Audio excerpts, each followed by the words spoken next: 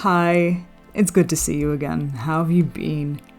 So, fun fact, we're in October, which means it's officially Halloween season, and I have 5 Fridays to give you 5 different body paintings or SFXs. And because I'm a smart cookie, I left all of my tools and products in Australia, which also meant that I had nothing to outline my design on, so I used a lip liner. Anyway, today's look is going to be somewhere between glam, abstract, and skeleton, because I couldn't decide on one, and I don't actually like doing skeleton teeth on my face. I don't know why. Every time I've tried it, I've gotten rid of it. So, we're gonna do an abstract, glam, painting sort of thing of a skeleton. Alright, let's go. The brand of body painting that I'm using today is made in Germany. It's called EULENSPIEGEL. I probably butchered that. From first impressions, it blends and works just like every other body painting, but I did notice the more that I applied layering, the more it kind of cracked. I'm pretty sure that was just a trial and error thing, but it is something that I noticed, so I thought I'd mention it here.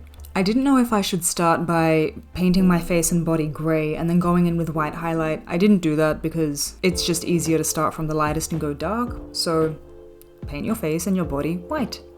Both of my brushes are too small for this job, so I'm gonna skip past it. I've painted a second layer on top just to see if it would be whiter or if it would crack. The second layer didn't crack. It was like the 4th or 5th layer that did. I then mix the white and black into a light grey and start doing contouring. I don't do my contouring like normal. I've taken the dips of the cheekbones down into the chin to make it very hollow. And you'll notice as I go along that I keep everything very paint-like, which is why I've gone for the abstract look. It's very unblended, it's very unneat, untidy. At the same time, I do try to keep a haunted glam look to it. Ordinarily, I'd go in with black body paint for the eye sockets, but I went in with grey because I did want to blend it out and make it look like a gradient eventually. And it was easier to add the grey underneath than it would be on top. I also add a little bit of contouring under the lip to puff out that lip and also the chin area to make it the shape that I wanted to make it. It adds to the hollowness of the cheekbones down into the chin when you do it this way. I take that grey down my esophagus and I start painting the outsides of my body inward. Keeping regular glam makeup in mind here, I do contour under my chin and I try to bring it in, as you can see, with light brushstrokes to keep it as abstract as I can. I knew I wanted a glam abstract skull inspired look, but I actually didn't know how I was going to achieve this. So while I had a complete plan for the face, I had no plan for the chest, and you'll see that as we go along. Using a deeper grey here, I go into the areas I've deepened before, but more tight to the depths of the areas, kind of like a regular contour and bronze situation. Making sure to get those difficult places that are kind of behind the ear and the ear itself, which I do go back in later with the darker colour, don't worry. I'm using a small blending brush here and black body paint to just fill in those eye sockets again, going over that light grey. I don't actually think it made a difference that I had the grey underneath, but it helped later when I blended it out a little bit. Using that same shade of, I'm pretty sure it's a dark grey, not a full black, but I deepened the contouring lines of my face. And the little nose socket, which you can tell I forgot about until that point. And unfortunately my nose ring gets in the way and I'm too scared to paint over it because I just got it to settle down, you know? Basically, anywhere that you've already darkened, find the spots which you want darker and deepen them with the darker grey.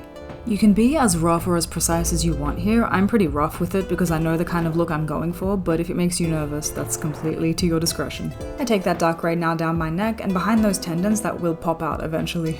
And into that dip, which I actually don't know what it's called, between the collarbones and upward in the shape of what I assume the spine looks like, but not extremely exact, just so you get the impression of that spine.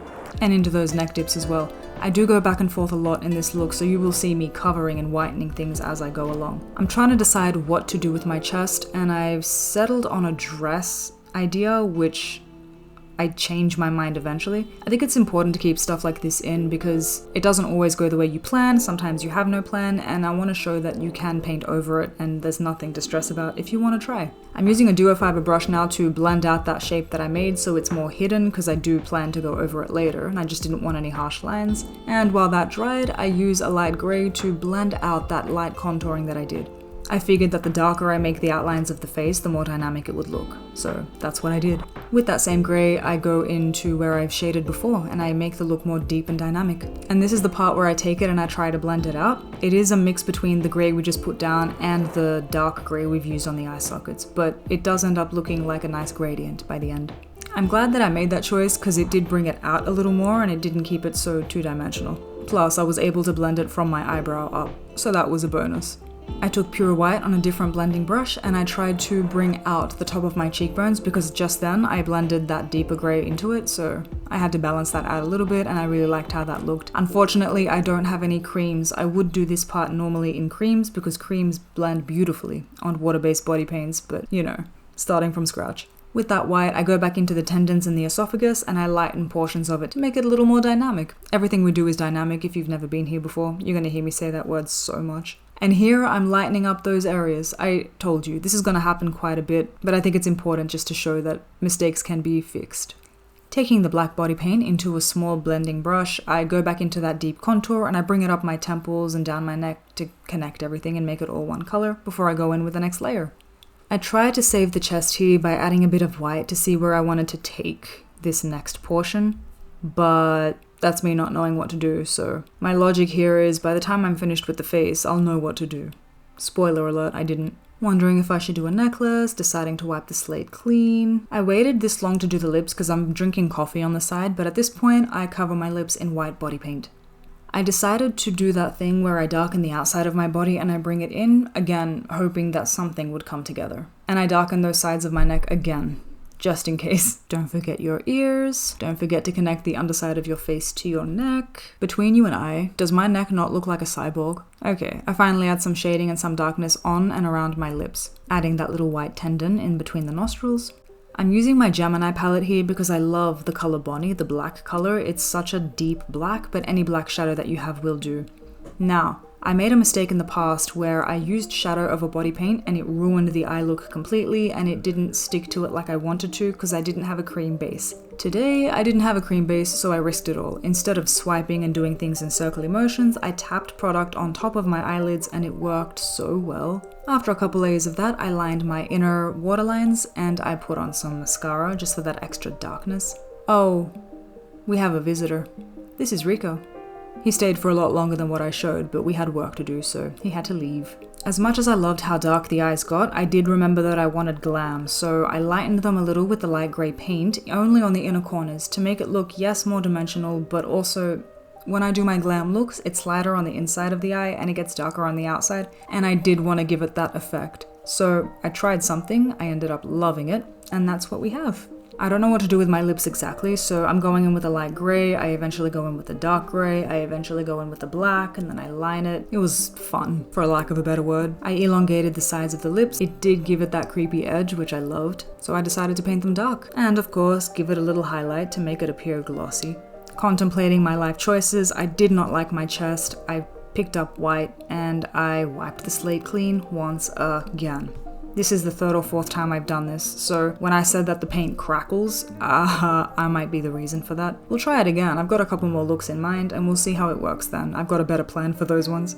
At this point, I did like how it was looking. It did look like more of a gradient from my collarbone down, so I went with that and I took the dress idea from the beginning and I created a gradient in that shape. And I lightened up those neck parts again. Honestly, I should have just left them. I used the body paint and not eyeshadows to initially shadow under the collarbones because I wanted to keep the style of the painting that we were doing. So it's not going to look smooth at all. It's going to look very jagged and very... I don't know if abstract is the right word, but that's the only word coming to mind. And I continued the gradient down my arms, lightened the tendons that needed to be lightened, and I created a light version of the ribcage instead of like the dark one I had before, because it fit with the gradient concept better. It's not a detailed ribcage by any means, but it does give that hollow effect, and I liked that a lot. Now, taking Bonnie and the same brush that I used to tap the eyeshadow on my eyes, I go in and I shadow all the places that I just refined with the dark body paint. This brings out the ribcage portion a little more, and it also deepens underneath it without adding more paint and making it messy. The gradient on my arms goes from dark to light to white on my hands and then black fingertips and fingernails. I just like gradients, what can I say? My left hand was very difficult to control and my right hand looks like, let's be positive, it has a beautiful personality. This is my first of 5 looks for the season of Halloween this year. I hope you loved it. I do miss body painting and I had so much fun with this video. Thank you for watching and I'll see you next time. Bye.